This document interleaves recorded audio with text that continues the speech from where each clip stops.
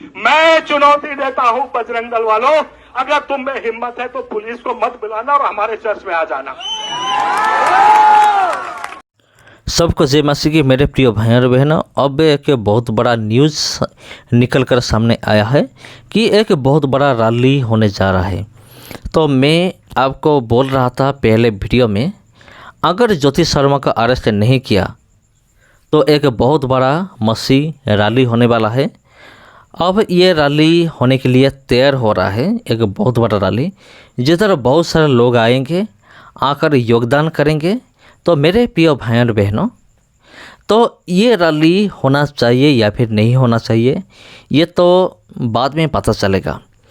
लेकिन आपको पता है एक वकील है, एक क्रिश्चियन वकील है जिनका नाम है अरुण पन्नालाल।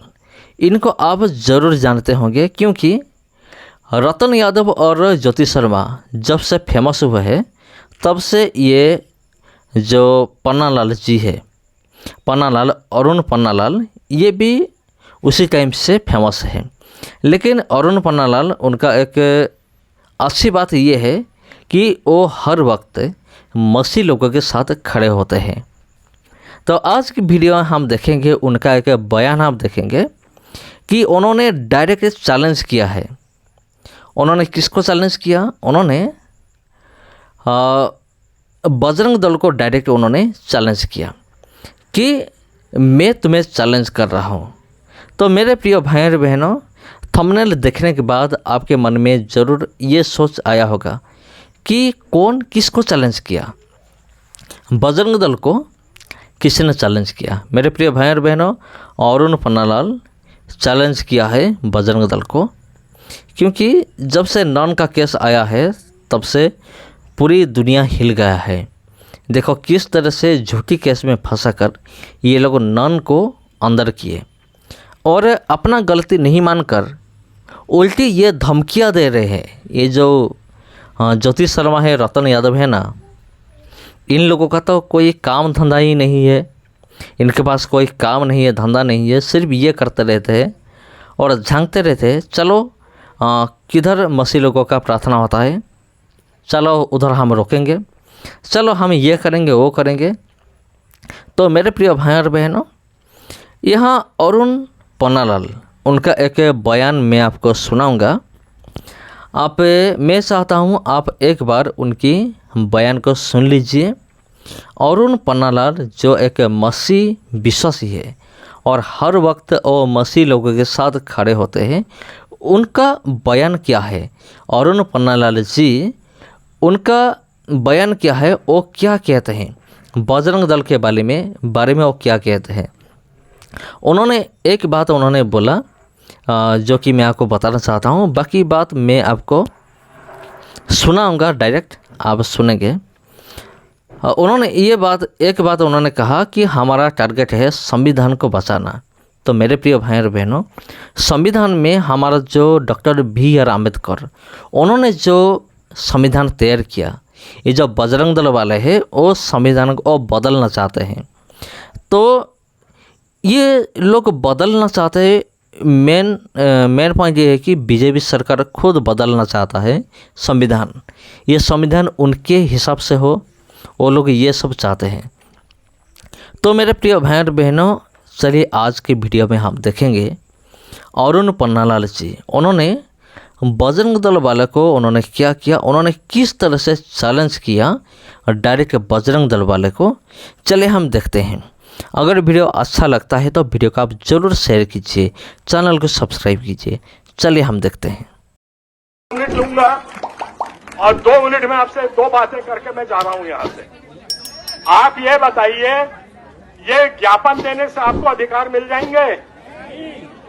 कोर्ट में जाकर के संविधान के गुण गाते रहेंगे तो हमको पेशी पेशी पेशी पेशी के सिवाय कुछ नहीं मिलेगा। गलत बोल रहा हूं तो जूते मार देना मेरे को यहीं पे। आज समय आ गया है कि हमको अपने अधिकार सीना चीर के, हाथ डाल के निकाल के, खींच के निकालना है। कोई हालत में हमको अब ये जंग वापस नहीं लड़नी है। और फोरम ने दिखा दिया है कि हमने जितने बार जंग किया है उतने बार हमने सफलता पाई है। ये मेरी सफलता नहीं, आपकी सफलता नहीं, हमारे परमेश्वर की सफलता है तो हमको मिलेगा। परमेश्वर के वचन को पीछे मत जाने देना। आज उसी के बल पे हम जिंदा हैं, आज उसी के बल पे आप जिंदा हो और उसी के बल पे आज संविधान जिंदा रहेगा। और किसी में दम नहीं है कि उस संविधान को जिंदा रख सके। आज आप लोग संघर्ष के लिए तैयार हो जाइए। गांव में हम लोग कहते थे दही तुलसा खा के आया हो, दही कुल्सा खा के आ जाओ। अब हमको आर पार की लड़ाई लड़नी है। ये लल्लो तप्पो बहुत हो गया, हम देख चुके हैं।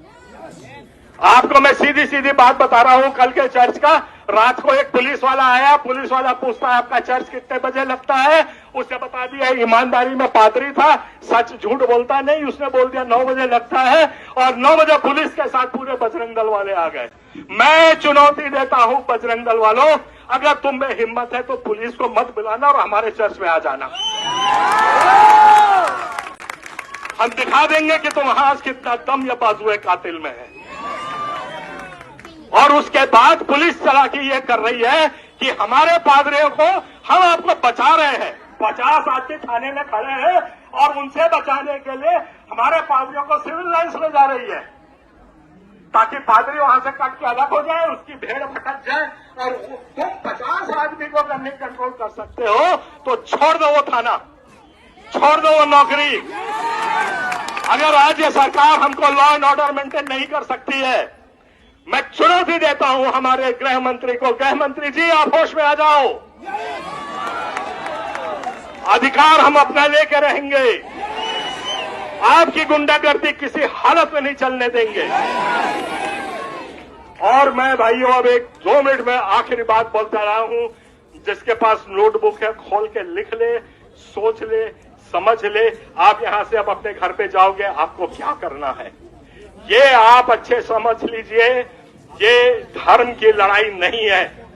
क्या बोला मैंने? ये धर्म की लड़ाई कतई नहीं है, न हिंदू की है, न मुसलमान की है, न ईसाई की है। ये लड़ाई हमको लाके रख दिया है क्योंकि ये संविधान को मिटाना चाहते हैं। आज हमारा संघर्ष संविधान और मनुवाद के विरोध में है। हम संविधान को ही स्थापित करके रहेंगे। ये वो पेड़ है मसीहत का जो बड़ा फला फूला, छाया दी, फल दी। 1950 में 3% लोग थे, हमने 60% लोगों को चिकित्सा सेवाएं दी, पढ़ाया लिखाया। आज उसकी जड़ तुम काटने पे तुले हुए हो। हम डरने वाले नहीं हैं। हमारा व्यक्तित्व मरने का है। हमारा यीशु मसीह आज क्रूस पे बलिदान हो गया पर झुका नहीं। रोमी सरकार ने 3-3 लाख लोगों को जिंदा चुनवा दिया। क्या रोमी मसीहत खत्म हो गई या रोमी सरकार समाप्त हो गई? तो हमको आज संघर्ष करना है। आप मेरे से जुड़िए, मेरे चैनल में जुड़िए, फोरम से जुड़िए। हमारे जितने भी संगठन हैं उनसे भी आग्रह करता हूं आप जुड़िए। अब यह समझ है कि हमको एक आवाज होकर के आज गले के अंदर हलफ में अपना हाथ डाल के अपने अधिकारों को निकालना है। आप सबको जय मसीह। जोर से बोले हाथ